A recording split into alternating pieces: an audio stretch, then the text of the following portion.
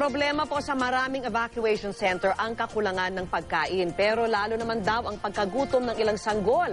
Kaya sa Barangay Saksi, alamin po natin ang simpleng solusyon na itinuturo ng ilan ang breastfeeding. Saksi si Dano Tingkungko. Po yung mas matanda sa isang itutuloy-tuloy po natin yung pagpapasuso nyo.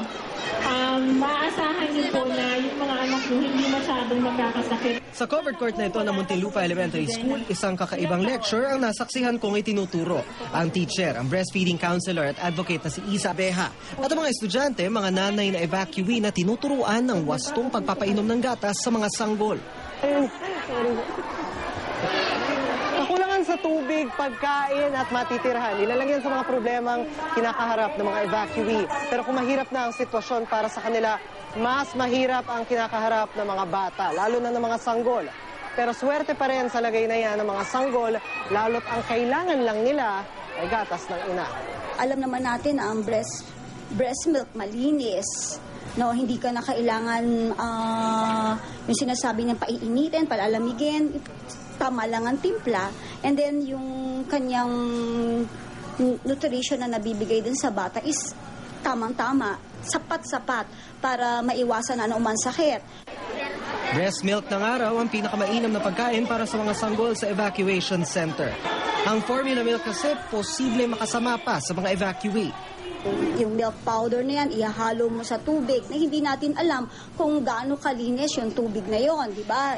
Considering na sa evacuation center ka, hindi mo alam kung gaano kalinis, hindi mo alam kung tama ang pagpapakulo at kung yung handling. Gaano kalaking tulong sa inyo na padede? Malaki po kasi hindi na ako nagpapaano ng papakulo ng botel. Hindi na ako nagbibili ng gatas. Sa dulo na lang po sa akin lang po. Hindi tulad ng formula milk na hindi pwedeng basta ipainom sa isang bata, ang breast milk pwedeng ipamahagi sa iba. Si May halimbawa, pinasuso raw ang anak ng kanyang kapwa evacuee na ospital.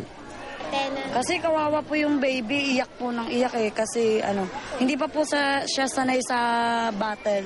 Kaya nakiusap po yung ka-roommate namin dyan sa evacuation na pasusuhin ko raw po. Pero paalala ng mga eksperto, kailangan pa rin alagaan ng mga ina ang kanilang kalusugan. 99% of women, according to WHO, can breastfeed. It is a matter of encouragement and education. Para sa Barangay Saksi, Dano Tingkungko, Laguna.